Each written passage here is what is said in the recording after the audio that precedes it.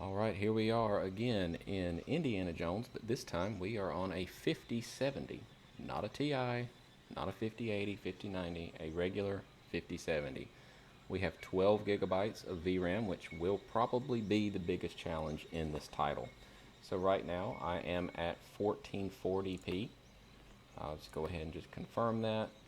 And let's scroll down and just see what we're working with as far as what the game has set as our default settings. So right now we've got some lows, we've got a high here and there. For the most part, this is a pretty balanced setting. Path tracing is off. Let's go ahead and turn all this on because I just want to see kind of that baseline of where we would be if everything was maxed out. And it's gonna ask you to do this. I'm not gonna do the restart thing. It takes forever, and I honestly think it applies it anyway based on the testing that I've done so far. Yeah, so the VRAM is going to get eaten alive right here. So let's do this because I don't want it to crash. I have done this a few times before, and it did unfortunately crash due to that VRAM just getting gobbled up. I mean, right here we're allocating all 12, and we're using 10.9, basically 11, and we're not even past the screen here. So let's see, let me jump on over to my other keyboard. I've got two keyboards here because I record on another computer, and it can be a little bit crazy. So anyway, here we go. Let's go with these settings and just see what we're working with.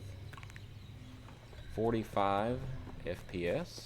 Our VRAM allocation is fully saturated, allocating every bit of it, and we are utilizing 11 of those. And right now I can tell you it is a little bit blurry. I'm not sure if it's coming through on YouTube, but absolutely not as crisp as the 5090, which is to be expected fully. And we're at 41 FPS. So what I would probably do is jump into options and let's see what the DLS setting is set to by default, because that will lighten up some of this VRAM. So it's got a dynamic setting right now. We are gonna, oh man, when I turn it off, my cursor is like moving at almost no FPS at all. All right, so we're gonna go down to let's drop this to 50, which is a performance setting. And what else can we do? Let's go to DLSS. Oh, see, it changes stuff all the time. And whenever I do change things, this is why I like having a second PC. It is fully locked up right now, trying to apply the settings that I just clicked on. All right, so we're back. Let's go down to a performance setting. Ray reconstruction, let's turn that on. And let's just see what these settings look like here. So this is 50 FPS. We gave a little bit of that VRAM back. We're at 11.5, but still like way too close for comfort in my opinion. 12 gigabytes just, man, it's gut-wrenching whenever you see NVIDIA come out with some of these cards that still have just such limited VRAM. I mean, it's hard for me to recommend this card, honestly, unless you just are really fine with, you know, turning these settings down a good bit, maybe sacrificing a little bit of the ray tracing, which that drives me crazy about NVIDIA. They really go after, oh, we're great at ray tracing, but then they don't give you enough damn VRAM. Let's go to medium, because I love ray tracing. I think it's gorgeous, and I love playing games with ray tracing. All right, so here we're at 62 with that ray tracing set to medium. Our VRAM is allocated to 11.3. You know, and our 1% lows are all right. I mean, I'd like to see them jump up a little bit as I run around here, but as I run around and run out of stamina. All right, so 74. Let's look out here. Should get a nice jump here. Sky gives you a nice, any of this vegetation. When you're looking at this vegetation in frame, it tanks, man. It just like, it's tough to run this game. With all the, wonderful things we've grown to love, like ray tracing and that kind of thing. So like right now, if I were to turn on my frame generation, I'm over 60, but that VRAM is allocated to 11.3. So I know for a fact that my frame generation is going to use some of my VRAM. So if I turn that on, I'm wondering if it'll even do anything, because it needs VRAM to function properly. And there again, NVIDIA, come on, like this is ridiculous. All right, so let's come back. VRAM automatically, boom, 12 point, already spilling over. It did give us more frames, but it's certainly not 2x. I mean, it's almost, but I'm not sure what it's doing with our VRAM up there. I mean, it's just every bit of VRAM is getting eaten up by this. And now I don't know if going up to 4x, I haven't played with this admittedly on this card yet, but I'm not sure what 4x is really going to do with our VRAM in the state that it's in. C does nothing. So 2x, 4x doesn't do anything because, again, we are out of VRAM. Just going to double check. Yep, 4x.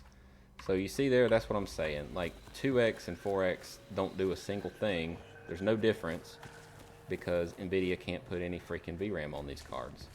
It completely nullifies the attractive benefits of an NVIDIA card. So here we are with a game that would really shine and benefit from that 4x, and all we can really do is 2x. Now on paper, it's 4x, but in real world scenarios, not here. It's just not doing anything. It just drives me insane with the VRAM stuff that NVIDIA does. And I mean, you can argue that, yeah, we can come in here and do something with our DLSS and come down here. Let's see, what is our DLSS set to right now? Performance. I mean, that's a flicker fest. Okay, ultra performance. So ultra performance, did that do much? Gave us a little bit of VRAM back, but again, not enough to matter in any significant way, and all it did was make our image blurry. I mean, our FPS is still just kind of the same because, yet again, that damn VRAM buffer. I mean, how much would it cost to put more VRAM in these things? I know you got to worry about your bus and all that stuff, but like, come on. This is outrageous, honestly, that they still sell cards with 8, much less 12 gigabytes. I mean, 16 should be the baseline for the 70 series. And I was quite disappointed to see the 5080 only get 16 again, whereas, there's a big gap between that 16 and now 32 with a 5090. I felt like there was an opportunity there for them to make the 5080 more of that 24 gigabyte card again.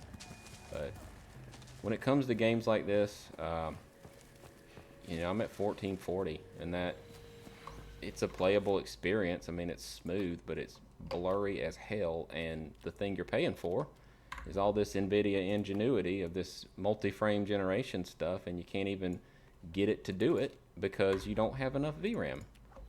See, no change whatsoever. 4 to 2, 0 change, no difference.